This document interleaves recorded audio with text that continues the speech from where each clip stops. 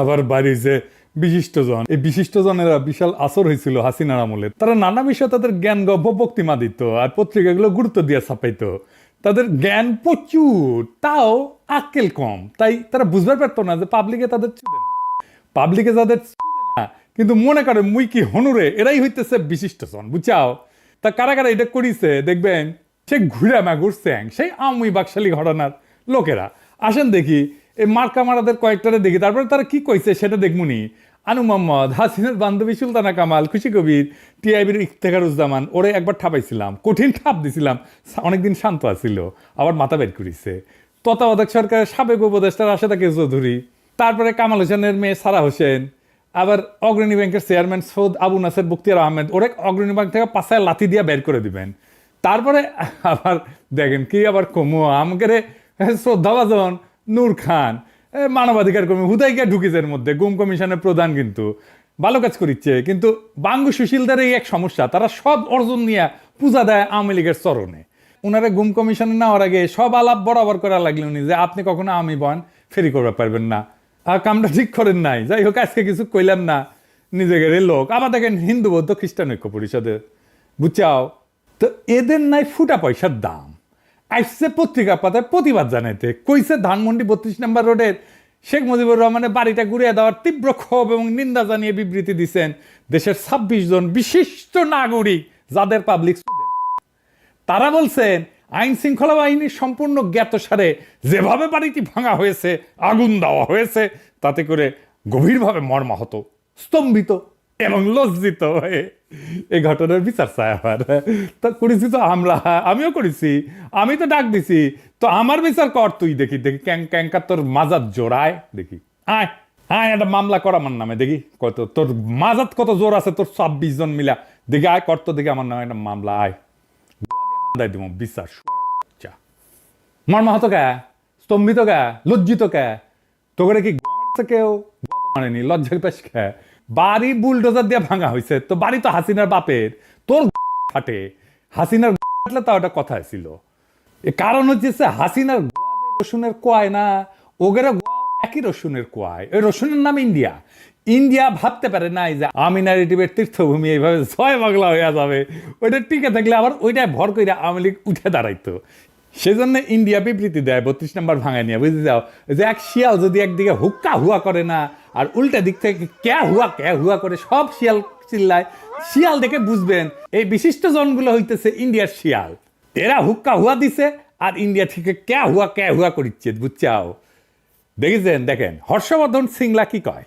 नहीं, जो शेख मुजीबुर रहमान का घर जलाया है वो ना सिर्फ उसके उनका घर था, पर ये 1971 के जो जितने भी लिबरेशन वॉर के मोमेंटोज थे और आर्काइव थे, डॉक्यूमेंट्स थे, वो सब वहाँ पे थे। तो मुझे लगता है कि ये एक अटेम्प्ट है कि 1971 के इनके जो लिबरेशन वॉर का जो स्पिरिट है और वो नैरेटिव है, उसको हटाने का कोशिश है। तो इसमें जो लोग दाखिल थे वो शायद हिजबुत तहरीर के भी थे, और जो हमने देखा आईएस के फ्लैग भी लगाया इन्होंने। तो ये थोड़ा मतलब स्टूडेंट्स तो नहीं थे, ये मुझे लगता है कि आतंकवादी थे।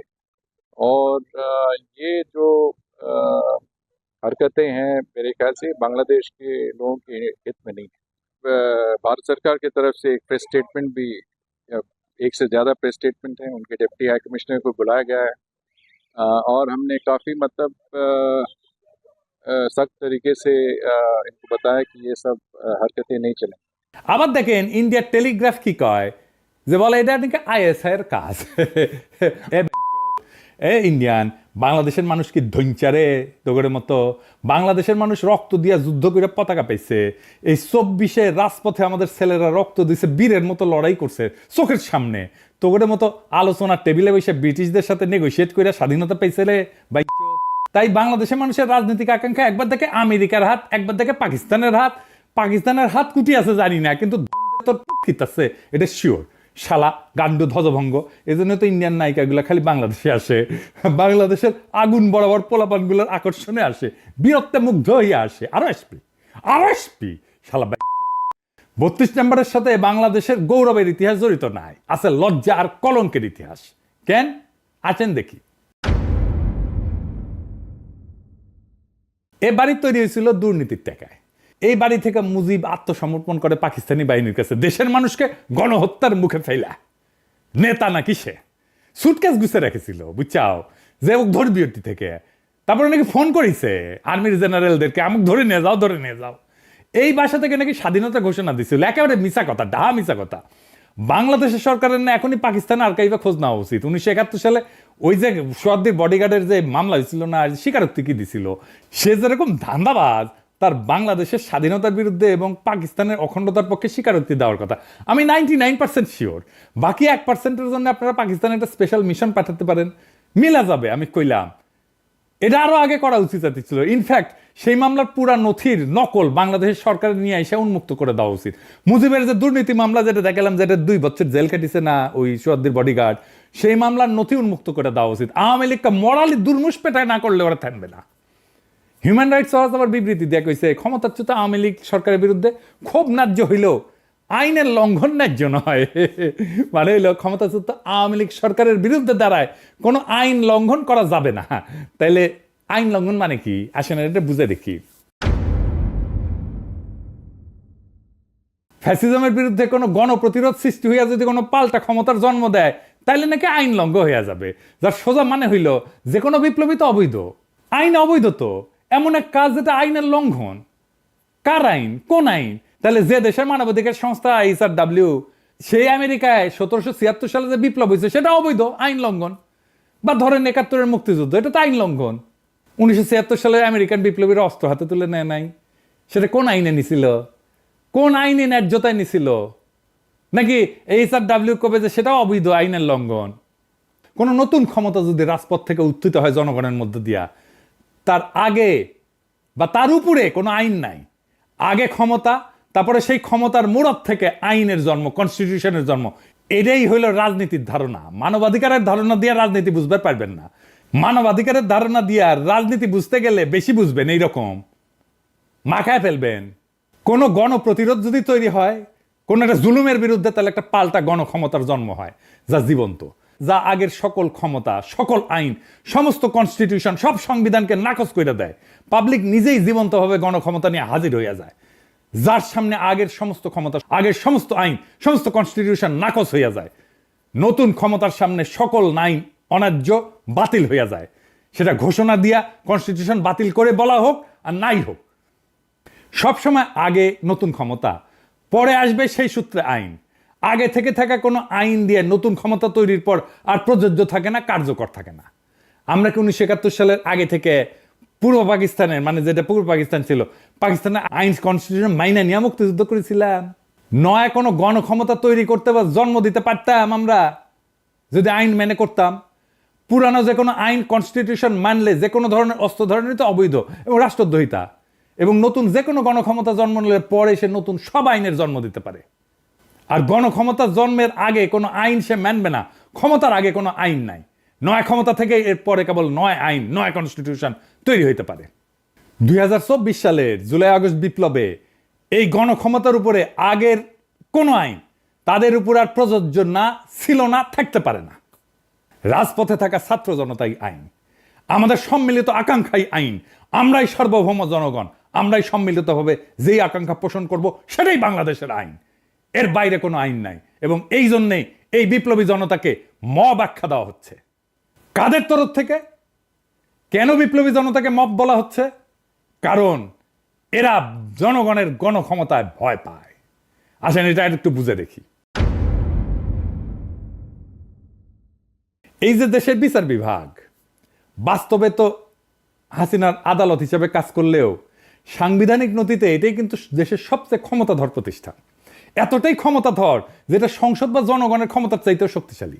এমনকি সংবিধানের ঊর্ধ্বে, সংবিধানের ব্যাখ্যা তারা দেয়। এমনকি যদি রাষ্ট্রই বিলুপ্ত হয়ে যায় তাও বিচার বিভাগ বহাল থাকবে। এই বিচার বিভাগকে তাই সরকার কিছু করতে পারে না, করতে পারেওনি। হাসিনার তৈরি করা এই স্ট্যাবলিশমেন্টই এখনো বহাল আছে। আজ যারা এই যে মবের সমালোচনা করতেছে তাদের অনেকেই কিন্তু কিছুদিন আগে যে বিচারিক অভ্যুত্থান জুডিশিয়াল কু করতে গেছিল না, সেটা ছাত্র জনতার প্রতিরোধ করায় স্বস্তির নিঃশ্বাস ফেলছিল। কারণ তখন আর কোনো পথ খোলা ছিল না, তো বিচার বিভাগের উপরে কারো হাত ছিল না। এক সময় সংবিধানে বিচারকদের ইমপিচমেন্টের বিধান ছিল, অভিশংসনের বিধান ছিল, তাদেরকে লজ্জা দেওয়ার বিধান ছিল, যেটাতে তাদেরকে অপসারণ করা যেত। সেখানে সংসদের কিছু ক্ষমতা ছিল, কিন্তু বিচার বিভাগ সেটা বাতিল করে দিচ্ছে। বুঝে যাও, এখন যারা সত্যিকারের ন্যায় বিচার ব্যবস্থা চান তারা কিভাবে হাসিনার স্বেচ্ছাচারীভাবে সাজানো বিচার বিভাগ দিয়ে সেটা পূরণ করবেন? একমাত্র সমাধান হইল বিচার বিভাগকে সম্পূর্ণভাবে পুনর্গঠন করা, নতুন করে একটা বিচার ব্যবস্থা গড়ে তোলা। আর সেটা করতে হইলে সংবিধান সংশোধন করতে হবে এবং বিচার বিভাগের উপরে জনগণের সর্বোচ্চ কর্তৃত্ব প্রতিষ্ঠা করতে হবে। জনগণ সর্বোচ্চ, বালের সংবিধান, বালের বিচার বিভাগ, সবার উপরে জনগণ। এই বিচার বিভাগ যখন ন্যায় বিচার দিবে না, যখন ক্ষমতাসীন দলের লোকদের রেহাই দিয়ে দিবে, তখন জনগণ কিভাবে ন্যায় বিচার পাবে? সরকার চাইলেও তখন বিচার নিশ্চিত করতে পারবে না। মজার বিষয় হলো বিচার বিভাগের সাথে যখন সরকারের সংঘাত সৃষ্টি হবে, তখন সরকারের হাতে একমাত্র পথ থাকে জনতাকে ডাক দেওয়া। তাইলে বুঝেন, রাষ্ট্রের গঠন প্রণালীর মধ্যে বিচার বিভাগ নিজেই এই যে মবস বলতেছে, যাদেরকে জনতাকে বলতেছে বিক্ষুব্ধ জনতা, তা তৈরি হওয়ার পূর্ব শর্ত তৈরি করে রাখছে। কারণ জনগণের সার্বভৌমত্বের বদলে বিচার বিভাগের সার্বভৌমত্ব দলিলে লিখে রাখা হয়েছে। জনগণ বিচার বিভাগের খবরদারি মানবে কেন? রাষ্ট্রের মালিক জনগণ, বিচার বিভাগ না। বিচার বিভাগের ঊর্ধ্বে জনগণ, রাষ্ট্রের প্রকৃত মালিক জনগণ। তাই যাদেরকে আজকে মব বলা হচ্ছে তারা থাকবে, জনতা রাস্তায় থাকবে, জনতা রাজপথে থাকবে যতক্ষণ পর্যন্ত না নতুন আইন তৈরি হইতেছে, ততক্ষণ পর্যন্ত জনতাই ডিকটেট করবে এই সরকার কিভাবে চলবে। এবার আসেন 32 নম্বর ভাঙায় কি অর্জিত হয়েছে, কি লাভ হয়েছে, এটা একটু বুঝে দেখি। এই সরকার, যে সমস্ত সরকার যে সমস্ত ভালো কাজ করে না, তার দায় এসে পড়ে ছাত্র জনতার নেতাদের উপরে। তখন গালি খেতে হয় তাদের। আর নতুন রাজনৈতিক দলকেও কিংস পার্টি বলে কটাক্ষ করা হয়, মানে ছাত্ররা যে দল তৈরি করতে যাচ্ছে, যারা গালি দেন ওই নেতাদের দোষ দেন, তারকে একবারও ভেবে দেখছেন যখন ছাত্র জনতা 32 নম্বর ভাঙে, তখন সেটাকে কেন আর কারো কাজ বলে মনে হয় না? ছাত্র জনতার এই কাজ সরকার যেহেতু সরাসরি ঠেকানোর চেষ্টা করেনি, সুতরাং সেটা তো সরকারেরই একটা কাজ। এটাই তো স্বাভাবিক। সরকারে যারা আছে তারা সরকার চালাইতেছে, তারা রাষ্ট্র চালাইতেছে, আমরা সরকারের পাবলিক পার্টনার। রাষ্ট্রের দায়িত্বে থেকে তারা যেটা করতে পারতেছে না, সেটা তাদের পাবলিক পার্টনাররা কইরা দিতেছে। সরকার পুরা বিপ্লবী হইলে এটা সরকার নিজেই এটা ভাঙতো। সরকার আধা বিপ্লবী জন্য সে চুপ করে থাকে, আমরা কামটা সেরা দিই। আধা বিপ্লবী সরকার হইলে তো এমনটাই হওয়ার কথা। এতে সরকারের কর্তৃত্বের ঘাটতি দেখা যাচ্ছে না তো, বরং সরকার নিজেই যে ভাঙতে চাইছিল তা শুধু আনুষ্ঠানিক পথে না, যে অপ্রাতিষ্ঠানিক বা ইনফর্মাল পথে ঘটাইছে। এই সরকারকে জোর কইরা সংবিধানের কাঠামোর মধ্যে ঢোকানো হয়েছে, কিন্তু তার বিপ্লবী চরিত্র অটুট আছে। এইটাই গুরুত্বপূর্ণ বিষয়, সেটাই বারবার প্রকাশ পেয়ে যাচ্ছে। সরকারের যেটা বিপ্লবী আকাঙ্ক্ষা, সেইটা তার পাবলিক পার্টনারের মধ্যে দিয়ে প্রকাশিত হইতেছে। সরকার আমাদের বাধা দিতেছে না। এইখানেই মজা, এইখানেই পাবলিক প্রাইভেট পার্টনারশিপ, বুঝছাও, নতুন ধরনের। আমি নিজে কতবার কইছি এটা বিপ্লবী সরকার না, এটা বিপ্লবী সরকার না। আমরা চেষ্টা চরিত্র কইরা সরকারকে আধা বিপ্লবী সরকার বানাইতে পারছি, এরপরে আমরা পুরা বিপ্লবী সরকার বেনে দেবো এই সরকারকে। এটাই আমাদের অর্জন। যখনই মনে হবে এই সরকার তার বিপ্লবী শপথ ভুলে যেতেছে, তখনই তার বেসরকারি পার্টনাররা আমরা মাঠে নেমে চাপ সৃষ্টি করে সেই শপথ মনে করায় দিতেছি। বিপ্লবের পর হাসিনার স্ট্যাবলিশমেন্টের যারা শরিক ছিল তারা ভাবছিল সব গুছাই আনছি, এখন আমরা অ্যাডভাইজারও নিয়োগ বানাইতে পারি। ডেলি স্টারের সাংবাদিক কইছিল না, অ্যাডভাইজার আমরা বানাই। হ্যাঁ, বেশ স্বস্তিতেই ছিল। কিন্তু ছাত্র জনতার এই শক্তিশালী শোডাউন দেখা তারা আবার আতঙ্কিত হয়ে পড়ছে। হওয়াটাই স্বাভাবিক, তাদের ক্ষমতায় ফেরার স্বপ্ন আরো এক ধাক্কা খেয়েছে। বিপ্লবের জন্য এটা সবচেয়ে বড় অর্জন। আজ যারা আকার ইঙ্গিতে নিন্দা করতেছে না, তারা মূলত শেখ মুজিবকে ফ্যাসিস্ট বলে মনে করে না। তাদের কাছে বাকশালও একটা ভালো ঘটনা, সুন্দর কত্তার পাদ, তো শেখ মুজিবের পাদ ওটা গন্ধ না, বুঝছাও। তাই সরাসরি বলতে পারতেছে না, সেই জন্যেই এই মব টপ বইলা এই সমস্ত ধোঁয়াশা তৈরি করতেছে। তবে আমার মৃত্যু পরোয়ানা ঘোষিত হয়েছে, আগে শুনেন কেমনে। পিনাকি ভট্টাচার্য ফ্রান্সের একটা লয়ের কথা বলি, if you kill someone you don't need to death penalty, maybe life in the prison 10 years 12 years। ফ্রান্সে কি বাংলাদেশের মানুষ নাই? পিনাকির মতন একটা কুকুর এই ধরনের কাজ করে যাবে আর বাংলাদেশের মানুষ এখানে বসে আছে? অ্যাসাইলাম মারা একটা কুকুর এখানে বসে আছে। এই কুকুরটার গলা কাইটা যদি এখানে কোনো মানুষের ডেথ পেনাল্টি হবে না, life in the prison. I am challenging. I am sorry. সে বলতেছে ফ্রান্সে তো খুনের শাস্তি 10 বছর জেল, ফাঁসি তো দিবে না, তো পিনাকে খুন করে না কেউ কেন ফ্রান্সে? হাসিনা এক বক্তৃতায় গেল ক্ষমতা, আর এক বক্তৃতায় গেল 32 নম্বর। আলহামদুলিল্লাহ, আমার শহীদের মৃত্যু হইলে না বাংলাদেশে আমার ক্ষুদ্র ভ্রাতার ভগিনেরা ছোট বড় মাঝারি কোমল কঠোর বাকশালীদের আস্ত রাখবে না, ছানা বানা করে ফেলবে। আমার মৃত্যুতে বাংলাদেশ পুত পবিত্র হবে। আমার সত্যি যদি মাইরা ফেলায় বাংলাদেশে যেন কোনো বাকশালী রক্ষা না পায়। আমার মৃত্যুর খবর বাংলাদেশে পৌঁছানোর 24 ঘন্টার মধ্যে কাম ফিনিশ করে দিবে। এইখানেই শেষ না, আমি ওদের জন্য নরকের দরজায় হাজির থাকবো, ওদের জান ওইখানে আমি কালা কালা করে দেবো। সরকার গত 6 মাসে যা যা ভুল করেছিল যে জায়গায়, সেইটার কাফফারা দিতে হয়েছে আমাদের 5ই ফেব্রুয়ারিতে। আবার আর একটা জনফস্ফোরণ হয়েছে। এই জন্যেই প্রেসিডেন্ট সরকার আরো সংহত হয়েছে, ভালো হয়েছে আমাদের জন্য। অপারেশন ডেভিল হান্ট শুরু করতে পারছে, একটা সুশীল হান্টও চালু করা দরকার। কারা কারা এই যে 26 জন এই সুশীলেরও হান্ট করা লাগবে, ওটা জনতাই করবে। যাই হোক, আবারও কিন্তু আমাদের অর্জন ধুলায় মিশে যাইতে পারে যদি আবার আগের আলস্য কাটায় উঠতে না পারে। আগের আলস্য আর সিদ্ধান্তহীনতা, অবিবেচনা প্রসূত নিয়োগ চলতেই থাকে। আমি 7ই আগস্ট কি লিখেছিলাম দেখেন, লিখেছিলাম এমন হয়েছে বাংলাদেশের ক্ষমতা এখন হাসিনার বদলে সুপ্পু। তাহলে এত রক্তপাত এত প্রাণদানে লাভ হইল কি? বিপ্লব মানে গণক্ষমতা, সেই বিপ্লব তো সুপ্পুর অনুমোদন নিয়ে কাজ করবে না। সুপ্পু কেন আবদার করে? একে আজাদ কেন এর মধ্যে ঢুকে? ছাত্রদের মতামতে সর্বোচ্চ গুরুত্ব দিতে বলছি। সেখানে তো এটাই বলি নাই যে একে আজাদের পরামর্শ নিয়ে কাজ করতে হবে। এটা তো বলি নাই যে ডিজিএফ এর চিফের সাথে আলাপ করতে হবে। এই তত্ত্বাবধায়ক সরকার যদি ইন্ডিয়ান লাইসপেন্সার দিয়ে ভর্তি হয় তাহলে কলে জান কালা কালা করে দেবো, করে দিছিলাম কলে, বুঝাও। আর এই প্রক্রিয়া বুঝে হোক না বুঝে হোক, যারা বিপ্লব বেহাত করে দিচ্ছে তাদের আমরা ক্ষমা করব না। দেখেছিলেন আমি ঠিক সময় মতো ঠিক কথা কইছিলাম, যা আমি আগে কইছি সেটা পরে ঠিক হয়েছে, পরে আবার আমাদেরকে এসে আবার এটা ঠিক করে নিতে হয়েছে। এই যে দেখেন, মনির হায়দারকে বিশেষ সহকারী হিসেবে নিয়োগ দেওয়া হয়েছে। আমি চিনি তারে, আমি অপছন্দ করি না, পছন্দই করি। কিন্তু মনির হায়দারকে আপনারা চিনেন? চিনেন না, তাই না? আমেরিকা প্রবাসী এক সাংবাদিক। আচ্ছা বলেন তো, প্রফেসর ইউনূসের একজন আমেরিকা প্রবাসী সাংবাদিক দরকার, আপনার কার নাম মনে ভাইসা আসে? মনে মনে বলে, চিন্তা করেন যোগ্য ক্যান্ডিডেট হিসাবে। হ্যাঁ, কনক সারোয়ার ইলিয়াস, তাই না?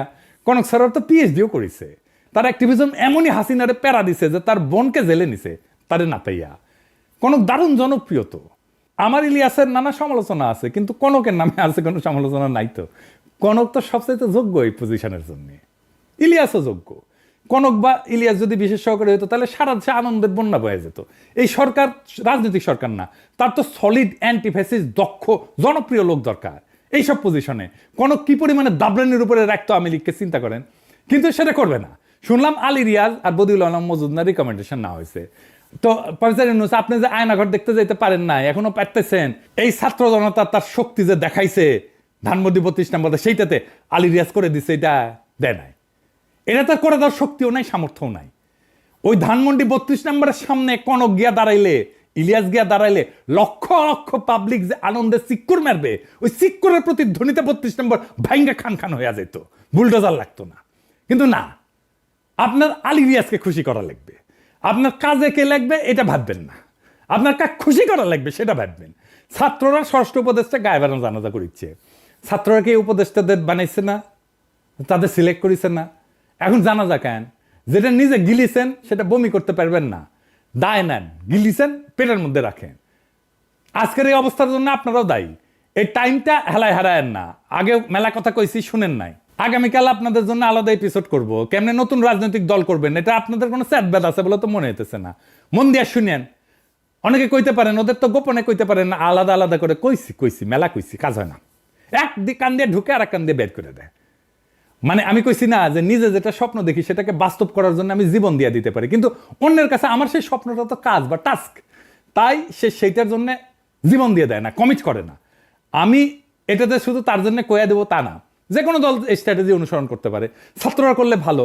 না হয় আমি যদি কখনো রাজনৈতিক দলটাল করি তাহলে এই পদ্ধতি অনুসরণ করব। যাই হোক, আগের প্রসঙ্গে আসি। একটা ভালো জনপ্রিয় মানুষের মনোনয়ন কিভাবে মানুষের আনন্দের উৎস হয় সেটা 21শে পদকে আমরা দেখলাম। আমাদের অনেক প্রিয় মুখ আছে এখানে, যেমন অভ্রেন মেহেদি, সবাই খুব খুশি হয়েছে। মাহমুদ ভাই, সবাই খুব খুশি হয়েছে, কিছু কিছু লোক ছাড়া, ওটা আসিচ্ছি। শহীদুল আলম, এই জন্য জনপ্রিয় মুখ লাগে। যদিও মাহমুদ ভাইয়ের পিছে বামেরা লাগিয়েছে, সেটা একটু বুঝে আসেন। বামেদের দাবি হয়েছে যে ফুলবাড়ি গুলির জন্য দায়ী মাহমুদুর রহমান। আবার কইছে ব্লগার হত্যার জন্য দায়ী মাহমুদুর রহমান। আমার দেশের উদ্বোধনী সংখ্যায় আমার এই বিষয়ে লেখা আছে, আপনারা পড়ে নিতে পারেন। এই যে এটা, আর এটা হইতেছে এই যে কল্লোল মুস্তফা, এটা হইতেছে আনু মোহাম্মদের লেসপেন্সার, তীব্র ইসলামোফোব, কেমন ইসলামোফোব আপনার এক্সাম্পল দিই। আগের বিদেশি সাংবাদিক আমার ফোন দিয়ে কইল যে একটু পরিচয় করায় দেন কল্লোল মুস্তাফার সাথে, আমরা একটা সাক্ষাৎকার নিব আর কি। তো আমি তাকে ফোন দিই, ফোন ধরে না, মেসেজ দিই, দেখে রিপ্লাই দেয় না। কেন? পরে জানলাম যে আমি হেফাজতের পক্ষে লিখেছি, মানে আমি লিখলাম হেফাজতের পক্ষে, তাই আমার ফোন ধরা যাবে না, এতই ব্রাহ্মণ হই। তো এই তুই যে ব্রাহ্মণ হইছু, এত বড় ব্রাহ্মণ হইছু, তোর যে ক্ষুদ্রকালে তোর যে সোনার আগাটা কেটে ফেলে দিছিল না, ওটা কুটি খুঁজে পাবো তুই? নাম তো এটা লাগাইছু কল্লোল, যেন বোঝা না যায় যে মুসলমান কিনা। কেমন রক্ত মজ্জায় ইসলাম বিদ্বেষ দেখেন। আজকে ওর পেজের লেখাগুলো দেখেন তো, এডিটর সাহেব, পুরা প্রফেসর ইউনূসের সরকারের বিরুদ্ধে যত বৃষ্টি দেখেছেন। আবার দেখেন প্রফেসর ইউনূসের সরকারের মধু খাইতে আসা সাংবাদিক গোলাম মুর্তজার ভিডিও শেয়ার দেয়, তো ওই গোলাম মুর্তজা কেন জিগায় না যে প্রফেসর ইউনূসের সরকার কেন পারফর্ম করিচ্ছে না?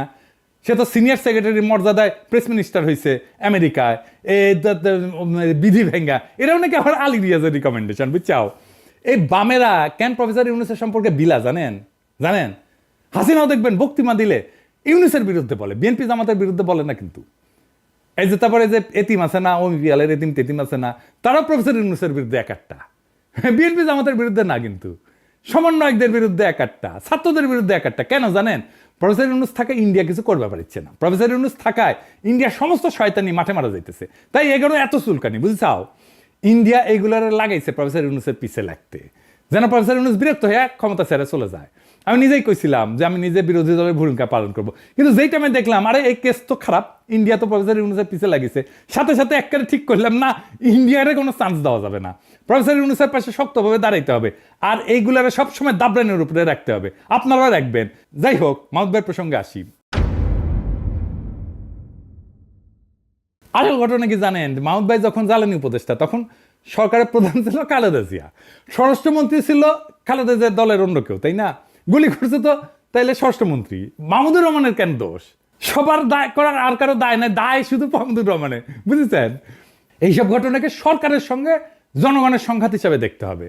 কিছু মানুষ নিহত হয়েছে, আমরা সেটা নিন্দা জানাই। মানে আপনি ফেরেস্তা বসে দিলে তো মারপিট হবেই রাস্তায়, তাই না? প্রফেসর ইউনূসের আমলে পুলিশের হাতে মারা গেছে না মানুষ, হত্যাকারীদের শাস্তি নিশ্চিত করতে হবে সেই জন্যে, এবং এই দাবি জানাইতে হবে হত্যার দায় অবশ্যই সরকারের।